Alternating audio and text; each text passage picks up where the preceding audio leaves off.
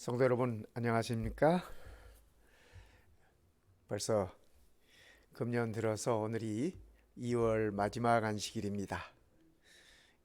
세상 안팎으로 여러 가지로 복잡하고 또 여러 가지 불안하고 여러 가지 좋지 않은 소식들이 들려오지만은 그러나 그 어떤 상황에서라도 우리는 흔들림 없이 우리 주님을 바라보아야 할 것입니다. 우리 예수님께서 베들레헴에서 태어나시고 나사렛에서 자라시고 그리고 그분이 성령의 인도하심 따라 침례를 받으시고 그의 사역을 시작하셨습니다. 그분이 가시는 길은 골고다를 향하여 가시는 길입니다. 오늘 우리가 예수님께서 골고다로 가시는 길목에서 예수님을 만난 맹인 두 사람에 관해서 우리가 함께 살펴보겠습니다. 예수님은 이 발걸음이 예루살렘으로 마지막 올라가는 발걸음입니다. 이 발걸음을 통해서 예루살렘에 가시면 그분은 그의 메시아로서의 소명을 완수하기 위하여 골고다로 향하실 것입니다. 말씀 보겠습니다. 그들이 여리고에서 떠나갈 때에 큰 무리가 예수를 따르더라. 맹인 두 사람이 길가에 앉았다가 예수께서 지나가신다 함을 듣고 소리 질러 이르되 주여 우리를 불쌍히 여기소서. 다윗의 자손이여 하니 무리가 꾸짖어 잠잠하라 하되 더욱 소리를 질러 이르되 주여 우리를 불쌍히 여기소서. 다윗의 자손이여 하는지라. 예수께서 머물러 서서 그들을 불러 이르시되 너희에게 무엇을 하여 주기를 원하느냐. 이르되 주여 우리의 눈뜨기를 원하나이다. 예수께서 불쌍히 여사 그들의 눈을 만지시니 곧 보게 되어 그들이 예수를 따르니라. 네, 우리 예수님께서 예루살렘 입성하기 직전에 여리고를 떠나서 두 맹인을 만납니다. 예수님께서 이 맹인들을 보시면서 저들을 긍휼히 여기사 불쌍히 여기사 그러셨습니다. 그래서 그들을 고쳐주셨다고 일러주고 있습니다. 이 미국이 4대 메이저 스포츠가 있습니다. 미국 사람들이 제일 좋아하는 거. 그 중에 첫 번째가 이 풋볼입니다. 풋볼. 이 아메리칸 풋볼이에요. 네. 미국 사람들이 이걸 제일 좋아하고, 두 번째는 메이저리그라고 하는 야구입니다. 야구를 좋아하고, 세 번째는 이 농구입니다. 그래서 이 미국 사람들의 이 농구 사랑은 대단합니다. 특히 우리가 살고 있는 이 지역에 이 농구팀이 대단히 강하고 유명하지 않습니까? 그리고 네 번째는 아이스하키예요. 이 운동에 있어서도 이 스포츠에 있어서도 이 긍휼이 필요합니다. 자비가 필요해요. 캘리포니아에 이 아로요 밸리 하이스쿨이라고 있어요. 이 LA 근처에 있는 고등학교입니다. 그런데 한 번은 이 고등학교가 이 블루밍턴 하이스쿨하고 농구 시합을 했습니다.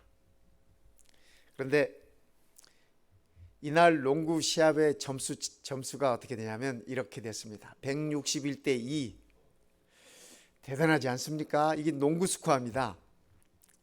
161대 2로 이 스코어가 났는데 이 블루밍턴 하이스쿨이 점수를 딴 이 2점, 이것도 이게 자유투로 넣어서 이렇게 얻은 점수입니다. 그러니까 필드골은 하나도 넣지 못했다고 하는 사실입니다.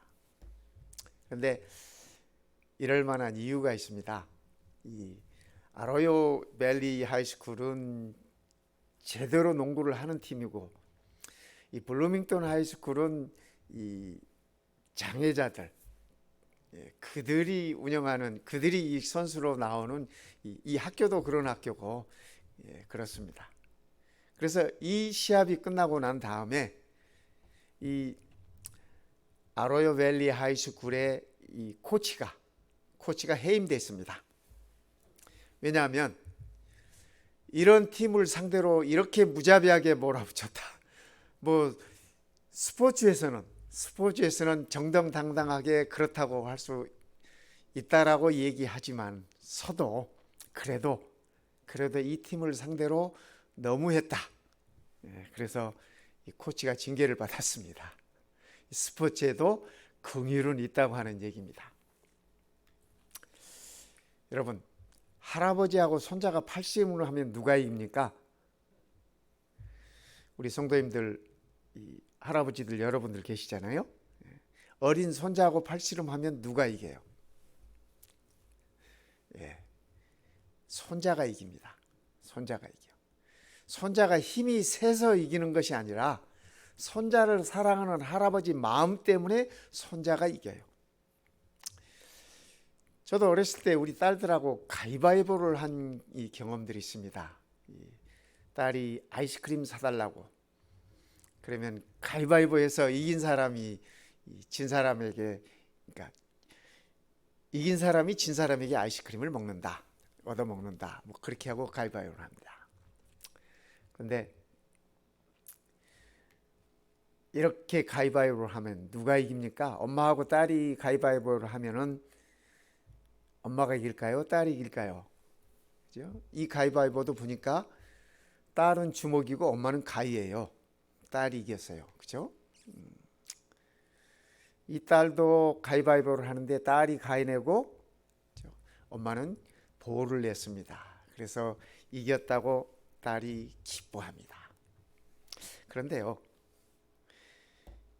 엄마나 아빠들은 이 어린 딸이나 아들이 뭐 낼지 다 알아요. 다 알아. 그래서 딸이나 아들이 뭐 낼지 알기 때문에 지는 것을 내주는 것입니다. 근데 애들이 어려서 그걸 모르죠. 성장하면 알게 돼요. 아, 아빠가 져줬구나, 엄마가 져줬구나. 혹시 손자하고 팔씨름하면서 이기신 할아버지가 계시다면 회개하시기 바랍니다. 그건 할아버지의 마음이 아니에요. 그죠? 네. 그 사랑하는 마음이 이렇게 표현되는 것입니다. 오늘 말씀 속에서 우리는 우리 하나님의 이 품성 중에 이 긍휼하심이 많다고 하는 사실을 우리는 배우게 됩니다. 우리 하나님의 성품이세요. 여호와여, 주의 긍휼하심과 인자하심이 영원부터 있었사오니 주여 이것들을 기억하옵소서. 시인은 그렇게 얘기합니다. 여기 나오는 긍휼이라고 하는 것은 불쌍히 여겨 동정하는 것이에요. 하나님께서 우리를 불쌍히 여기시고 우리를 동정한다는 것입니다. 예수님께서 길가에서 만난 그 두 맹인들을 긍휼히 여기고 불쌍히 여겼다고 하는 사실입니다. 이 긍휼이라는 말은 영어로 compassion이라고 해요. 이거 무슨 뜻이냐면 함께 고통을 받는다, 그런 뜻입니다. 그러니까 우리가 아프면 우리 하나님이 아프세요. 우리가 고통받으면 우리 하나님께서 고통스러우세요. 우리가 슬프면 우리 하나님께서 함께 슬퍼하시는 것입니다. 그것이 우리 하나님의 성품이신 긍휼하심이라고 하는 사실입니다. 긍휼이라고 하는 건 하나님의 대표적인 성품입니다. 그런데요, 히브리어로 이 긍휼이라는 말에 이 두 단어가 있습니다. 구약 성경에서 쓰여지는 두 단어가 있는데 첫 번째는 라하임이라는 그런 말입니다. 네, 이 뜻은 이 1차적인 이 단어의 의미는 자궁이라는 뜻입니다. 우리가 엄마의 자궁에서 새로운 생명이 잉태되고 그리고 그 자궁 안에 있을 때 아이는 완벽한 보호를 받는 것 아니겠습니까? 하나님의 긍휼하심을 나타내는 이 단어가 라하임이라고 하는 단어가 바로 그런 단어입니다. 하나님께서 우리를 잉태케 하시고 하나님의 온전하시고 완벽한 보호를 받도록 해주시는 것, 그것이 긍휼의 참 뜻이라고 하는 의미입니다. 두 번째는 히브리 말로 헤세드라는 단어가 있습니다. 아마 이 헤세드는 우리 성도님들도 가끔 들어보신 말씀일 것이에요. 특별히 호시아 선지자가 하나님의 긍휼하심을, 하나님의 사랑을 헤세드라는 말로 많이 이렇게 강조하고 있습니다. 이 말은 약속에 기초한, 언약에 기초한 하나님의 사랑을 나타내는 말입니다. 그러니까 하나님의 긍휼하심이, 우리를 향한 그분의 긍휼하심이 이 두 단어의 의미를 다 포함하고 있음을 우리는 알 수 있습니다. 모세가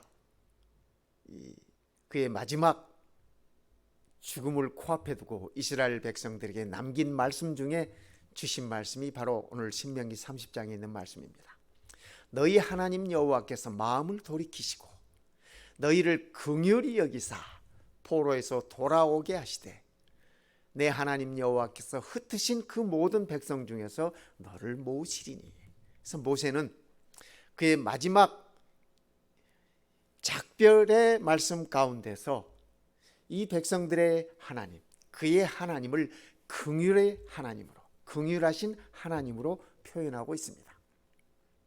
다윗은 그가 하나님 앞에서 실패한 다음에 벌을 받을 때 어떤 벌을 선택하겠느냐라고 질문을 받습니다. 그때 다윗은 이렇게 대답합니다. 내가 곤경에 있도다. 여호와께서는 긍휼이 심히 크시니 내가 그의 손에 빠지고 사람의 손에 빠지지 않기를 원하나이다. 다윗은 그가 벌을 받더라도 긍휼하심이 많은 하나님의 손에 의해서 그가 벌을 받겠다, 이렇게 선택합니다. 다윗이 참 이런 면에서 우리가 본받을 점이 많습니다. 이런 면에서 하나님께서 다윗을 향해서 내 마음에 드는 사람이라고 그렇게 표현하신 것 같습니다. 느헤미야 선지자는 이렇게 하나님을 표현합니다. 하늘의 하나님 여호와, 크고 들어오신 하나님이여, 주를 사랑하고 주의 계명을 지키는 자에게 언약을 지키시며 긍휼을 베푸시는 주여 간구하나이다. 이 느헤미야가 자기 고향 예루살렘을 위하여 이 왕 앞에 서기 전에 그가 하나님께 드린 기도입니다. 그렇죠? 언약을 지키시며 약속을 지키시며 긍휼을 베푸시는 하나님으로 느헤미야는 자기가 믿는 하나님을 그렇게 인식하고 있었던 것입니다. 다윗은 이렇게 말합니다. 나의 힘이시여 내가 주께 찬송하오리니 하나님은 나의 요새이시며 나를 긍휼히 여기시는 하나님이십니다. 성도 여러분, 우리가 믿는 하나님의 성품, 그분은 우리를 긍휼히 여기신 분이심을 기억하시기 바랍니다. 주여, 주는 긍휼히 여기시며 은혜를 베푸시며 노하기를 더디하시며 인자와 진실이 풍성하신 하나님이시오니. 우리가 의지하는 하나님이 바로 이런 분이라고 하는 사실입니다. 신약 성경에서도 하나님을 긍휼이 풍성하신 분으로 표현하고 있습니다. 긍휼이 풍성하신 하나님이 우리를 사랑하신 그 큰 사랑을 인하여 허물로 죽은 우리를 그리스도와 함께 살리셨고 죄 가운데 죽은 우리를 그리스도와 함께 긍휼이 많으신 하나님께서 우리를 살리셨다고 하는 말씀입니다. 빌립보에서는 이렇게 말씀하십니다. 그가 병들어 죽게 되었으나, 여기 그는 아레오바고입니다. 바울과 함께 이렇게 선교를 하고 전도 활동을 했던 그분에 관해서 하시는, 바울이 하시는 말씀이에요. 그가 병들어 죽게 되었으나 하나님이 그를 긍휼히 여기셨고 그뿐 아니라 또 나를 긍휼히 여기사 내 근심 위에 근심을 면하게 하셨느니라. 우리 하나님께서 우리를 긍휼히 여시기 때문에, 그죠? 우리를 병들어 죽게 되었지만은, 아레오바가 병들어 죽게 되었지만 하나님께서 그를 긍휼히 여기셔서 그를 살리셨고, 또 그뿐만 아니라 바울 자신도 하나님께서 긍휼히 여기셔서 바울이 가지고 있는 여러 가지 근심 위에 근심을 면하게 해주셨다고 바울은 그렇게 표현하고 있습니다. 바울이 표현했던 이 하나님의 긍휼하심이 오늘 우리 모든 성도들에게도 동일하게 임하고 계심을 우리가 믿으면 좋겠습니다.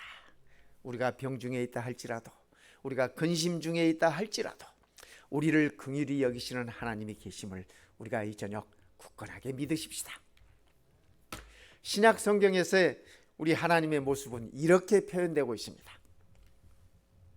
10,000달란트 빚진 종을 불쌍히 여긴 왕으로 표현되어 있습니다. 우리 하나님의 긍휼하심을 예수님께서는 이렇게 표현하셨습니다. 10,000달란트, 이 10,000달란트라고 하면 어마어마한 것입니다. 그런 많은 빚을 진 종을 불쌍히 여기신 왕으로 표현하셨습니다. 뿐만 아니라 방탕한 생활을 하고 돌아온 둘째 아들을 측은히 여기고 달려가 목을 안고 입을 맞춘 아버지로 표현하고 있습니다. 긍휼하신 우리 아버지를 이렇게 예수님은 표현하셨습니다. 세 번째, 강도 만난 자를 불쌍히 여겨 살려낸 사마리아 사람. 우리는 이를 선한 사마리아인이라고 부르지 않습니까? 선한 사마리아인으로 우리 예수님께서는 하나님의 긍휼하심을 그렇게 표현하셨습니다. 예수님께서 표현하신 이 가르침의 모습 속에서 우리에게 희망이 보이지 않습니까? 웬만큼 실수해도 거뜬할 것 같습니다. 웬만큼 넘어져도 괜찮을 것 같습니다. 베드로는 이렇게 얘기합니다. 우리 주 예수 그리스도의 아버지 하나님을 찬송하리로다. 그의 많으신 긍휼대로 예수 그리스도를 죽은 자 가운데서 부활하게 하심으로 말미암아 우리를 거듭나게 하사 산 소망이 있게 하시며, 우리 주님의 긍휼하심 때문에, 그분의 긍휼하심 때문에 우리가 그리스도와 더불어 그리스도께서 죽은 자 가운데서 부활하시고 우리도 그 덕분으로 거듭나게 되고 살아있는 소망을 지니게 되었다고 베드로는 그렇게 표현합니다. 너희가 전에는 백성이 아니더니 이제는 하나님의 백성이요, 너희가 전에는 긍휼을 얻지 못하였더니 이제는 긍휼을 얻은 자니라. 저는 이 베드로의 말씀이 참 좋습니다. 이제는 너희가 긍휼을 얻은 자니라. 우리는 우리 하나님의 긍휼하심 속에 우리가 다 있다고 하는 사실을 기억하십시다. 우리가 지은 죄 때문에 괴로워할 것이 아니라 우리의 죄를 덮어주시는 하나님의 긍휼하심 속에 우리가 있다고 하는 사실입니다. 다시 본문으로 돌아가 보십시다. 그들이 여리고에서 떠나갈 때 큰 무리가 예수를 따르더라. 맹인 두 사람이 길가에 앉았다가 예수께서 지나가신다함을 듣고 소리질러 이르되 주여 우리를 불쌍히 여기소서. 다윗의 자손이여 하니 무리가 꾸짖어 잠잠하라 하되 더욱 소리질러 이르되 주여 우리를 불쌍히 여기소서 다윗의 자손이여 하는지라. 오늘 이 저녁 주무시기 전에 우리도 이런 기도 드리십시다. 주님, 우리를 불쌍히 여겨 주십시오. 뭐 이렇게 긴 말할 필요 없어요. 우리 주님 앞에. 우리 주님 다 알으셔요. 우리가 뭐가 필요한지. 그죠? 두 맹인에게 예수님께서 그래 너희들이 필요한 것이 뭐냐, 너희들이 원하는 것이 무엇이냐라고 예수님께서 물으셨지만 몰라서 물은 거 아니에요. 그렇지 않습니까? 예수님께서 다 아셔요. 그러나 그들의 표현을 예수님께서 듣고 싶으셨던 것입니다. 우리가 긍휼이 많으신 우리 하나님께 기도할 때 구구절절 했던 말 또 하고 그렇게 기도할 필요 없어요. 그죠? 간단하게 기도하시자고요. 졸리운데 빨리 자야지. 주님, 우리를 불쌍히 여겨 주소서. 불쌍히 여겨 주셔서. 예수님께서 말씀하셔요. 그죠? 너희에게 무엇을 하여 주기를 원하느냐? 다 아시면서도 짐짓 물으셔요. 주여 우리의 눈뜨기를 원하나이다. 예수께서 불쌍히 여기사 그들의 눈을 만지시니 곧 보게 되어 그들이 예수를 따르니라. 이 마태복음에는 이렇게 적혀 있는데요. 이 사건이, 이 예수님을 만나는, 맹인이 예수님을 만나는 이 사건은 공간복음에 다 기록되어 있습니다. 마태복음, 마가복음, 누가복음 다 기록되어 있어요. 아마 중요한 만남이었기 때문에 그랬으리라고 여겨집니다.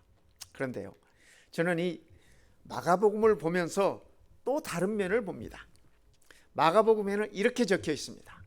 그들이 여리고에 이르렀더니 예수께서 제자들과 허다한 무리와 함께 여리고에서 나가실 때 디메오의 아들인 맹인 거지 바디메오가 길가에 앉았다가, 그러니까 그 두 맹인 중에 한 맹인의 이름이 바디메오예요. 바디메오. 이 바디메오라는 말은 바는 아들이라는 말입니다. 이 디메오는 이 맹인이라는 뜻이에요. 그러니까 맹인 거지 바디메오 했으니까, 그죠? 이 바디메오라는 이름은 이 디메오의 아들이라는 말이에요. 그러니까 바디메오의 아버지도 맹인이었던 것 같습니다. 이 마가복음에 있는 말씀을 살펴볼 것 같으면, 그러니까 2대에 걸쳐서 맹인이었다고 하면 그들의 삶이 얼마나 어려웠을까? 성경은 그들을 가리켜서 거지라고 적고 있지 않습니까? 거지 맹인이라고 적고 있어요, 마태복음에. 그러니까 이 마가복음에도 마찬가지 아닙니까? 맹인, 거지, 바디메오 이렇게 적었어요. 맹인, 2대에 걸쳐서 맹인이니 그 얼마나 어려웠겠습니까? 살아가는 것이요. 그러니까 구걸할 수밖에, 일할 수도 없고 구걸해서 살아갈 수밖에, 그런 사람. 길에 앉았다가 나사렛 예수시라는 말을 듣고, 나사렛 예수가 지나간다는 말을 듣고 그 말입니다. 그런데 성도 여러분, 나사렛 예수 하면은 이 말의 의미가 무엇일까요? 그죠? 이 말의 의미는 촌놈 예수, 그런 말입니다. 우리 뉴욕 같으면은 너 어디 출신이야? 할렘가 출신입니다. 똑같은 말이에요. 똑같은 말이에요. 그 당시 상황이, 나다나엘이 그랬지 않습니까? 이 나사렛에서 무슨 선지자가 나오겠느냐. 그 당시 나사렛이 그런 곳이었습니다. 그런 곳이었어요. 그래서 사람들이 예수를 나사렛 예수 하는 거는 그 호칭 가운데 예수님 당시에는 말입니다. 지금 우리가 쓰는 나사렛 예수 하는 것과 의미가 달라요. 예수님 당시에는 나사렛 예수 그러면 거기에는 무시하는 것이 있습니다. 거기에는 조롱하는 의미가 있습니다. 거기에는 천시하는 경향이 있습니다. 저 촌놈 예수, 저 촌구석 출신, 뭐 이런 거. 제가 고등학교 때요, 15살 때 서울로 고등학교를 진학을 했는데, 제 말이 이렇게 사투리가 좀 있지 않습니까? 액센트도 좀 있지 않습니까? 서울 사람들이 다 촌놈 취급하더라고요. 참 그거 적응하기, 처음에는 참 적응하기 힘들었습니다. 근데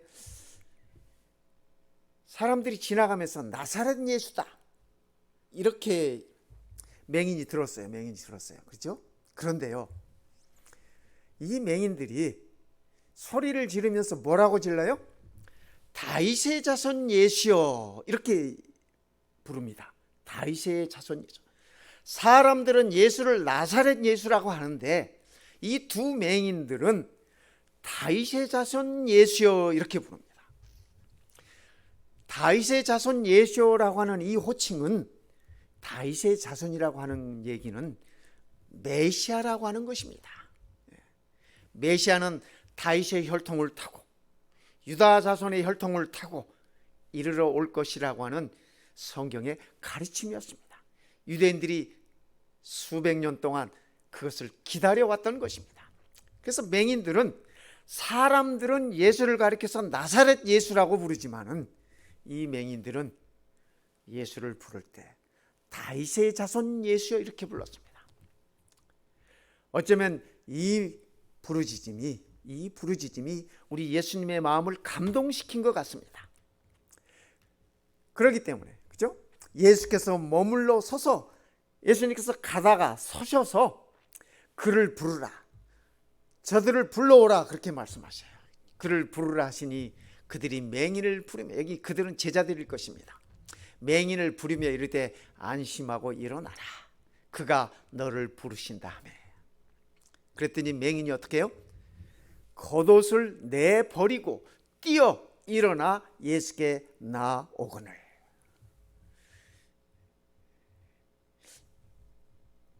히브리 사람들에게 있었어요. 팔레스타인 지방 사람들에게 있었어요. 겉옷은 중요한 것입니다.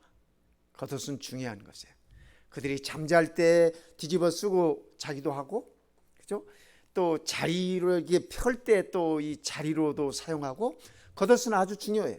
그리고 아시다시피 겉옷은 통으로 짜진 것입니다. 한 통으로 이렇게 원피스예요. 여러분, 예수님께서 이렇게 로마 군인들한테 붙잡혀 가지고 치조 당하실 때, 그죠? 치조 당하실 때 군인들이 예수님의 겉옷을 제비 뽑아서 나눠 가졌지 않습니까? 그 얘기는 겉옷은 귀한 것이기 때문에 그래요. 귀한 것이기 때문에. 여러분, 맹인이 겉옷이 몇 개나 되겠습니까? 그죠? 아마 하나, 오랫동안 입은 거였을 것입니다. 그죠? 그런데 예수님께서 부른다고 했을 때 맹인이 그 겉옷을 버려두고, 그죠? 겉옷을 버려두고 뛰어 일어나 예수님께 나가고. 맹인이 뛰면 어떻게 되나요? 그죠? 앞을 못 보는 사람이, 저는 이 앞을 못 보는 맹인들이 어디를 향해서 뛰었을까? 아마 그들이 뛰었을 때 그 옆에 많은 군중들하고 부딪힐 수도 있었을 것입니다. 그러나 그들이 기쁜 마음으로 예수님을 향해서 뛰어갔습니다. 그들의 겉옷도 버려두고 말입니다.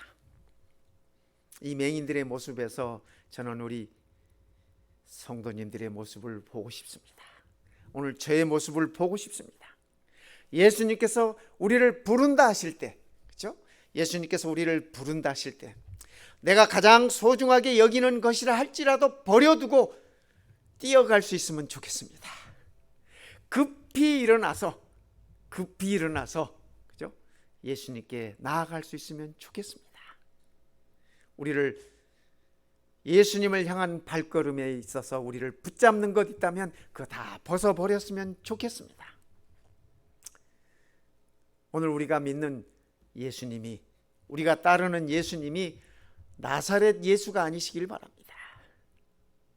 많은 사람들은 예수를 볼 때 그저 4대 성인 중에 한 사람으로 꼽아요. 그렇지 않습니까? 그죠? 좋은 사람, 인류 역사에 선한 영향력을 미친 사람, 뭐 공자나 맹자처럼, 소크라테스처럼 그 정도로 치부하는 사람이 대다수예요. 대다수예요, 이 세상에는. 그러나 우리는 예수를 다윗의 자손 예수로 인식하고 있지 않습니까? 우리의 구주, 메시아, 우리의 구원자 예수인 것입니다. 오늘 이 저녁 우리는 우리 주님을 나사렛 예수가 아니라, 그죠? 나사렛 예수가 아니라 다윗의 자손 예수로 인식하고 또 그렇게 우리가 그분 앞에 나아갈 수 있으면 좋겠습니다. 하나님 아버지의 마음이라는 이 시가 있습니다. 이 노랫말이 있습니다.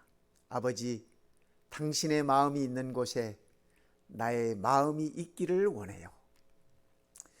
아버지, 당신의 눈물이 고인 곳에 나의 눈물이 고이길 원해요.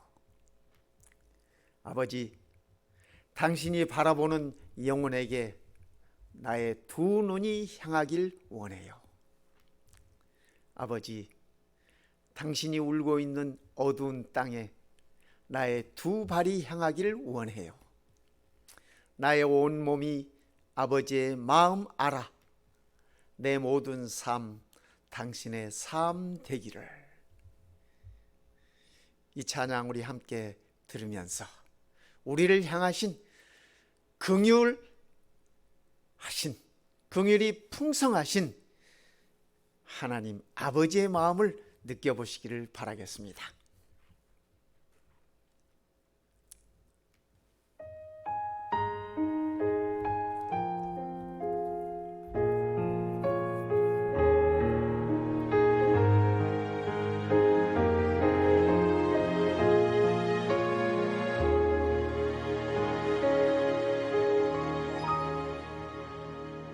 아버지, 당신의 마음이 있는 곳에 나의 마음이 있기를 있기를 원해요. 아버지, 당신의 눈물이 고인 곳에 나의 눈물이 고이길 원해요. 아버지, 당신이 바라보는 영혼에게 나의 두 눈이 향하길 원해요.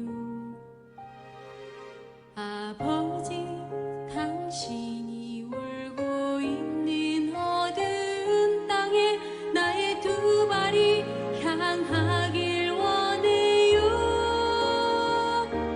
나의 마음이 아버지의 마음 알아.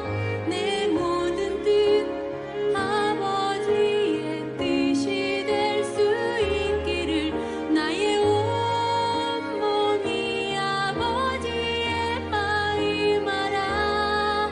내 모든 삶 당신의 삶 되기를.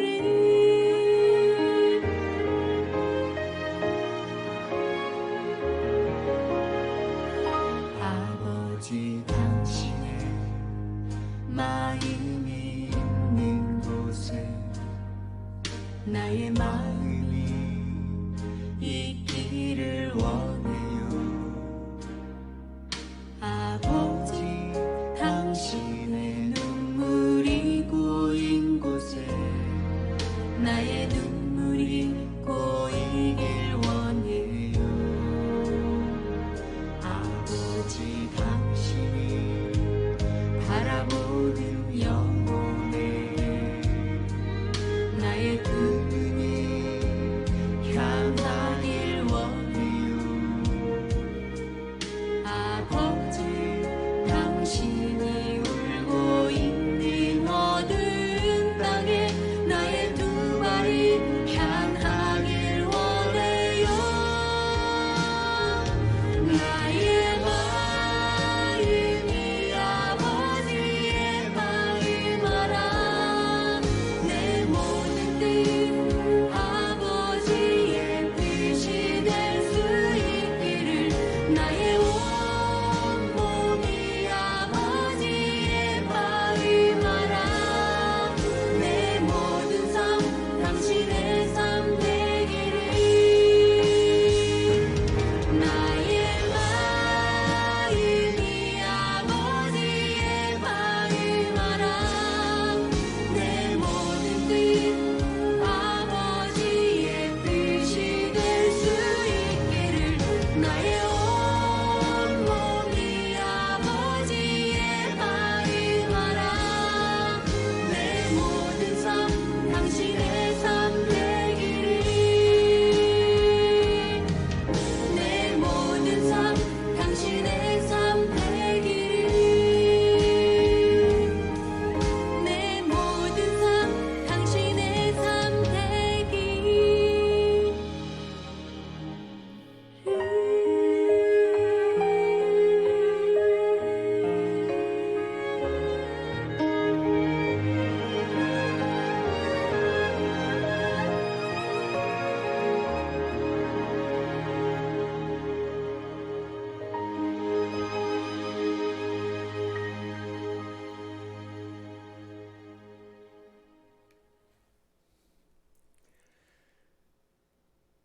골고다의 십자가를 향하신 길목에서 우리 예수님께서 두 맹인을 만나셨고 그들을 긍휼히 여기셨습니다. 예수님의 골고다의 십자가의 그 길목에서 우리 또한 우리 주님을 만나는 것입니다. 우리 주님께서 우리를 향하여 긍휼히 여기시고 우리를 불쌍히 여기시고 우리의 모든 필요들을 공급하실 것입니다. 기도하겠습니다. 우리 아버지, 긍휼이 없는 이 세상에서 우리를 향하여 긍휼을 베푸셨으니 그 은혜를 참으로 감사드립니다. 죄악이 범람하는 이 세상에서 아버지 하나님의 그 긍휼하심이 우리를 감싸시고 우리를 새 생명으로 인도해 주시니 그 은혜를 참으로 감사드립니다.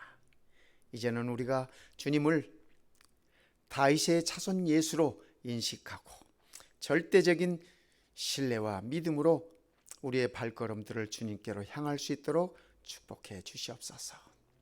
골고다 십자가를 향하여 올라가시는 주님의 발걸음을 우리도 또한 따르게 하여 주시옵소서. 오늘 이 안식일 우리 모든 성도들 가슴마다 아버지 하나님의 긍휼하심으로 풍성하게 채워주시옵기를 비오며 우리 주님 예수님의 이름으로 간절히 기도드리옵나이다. 아멘.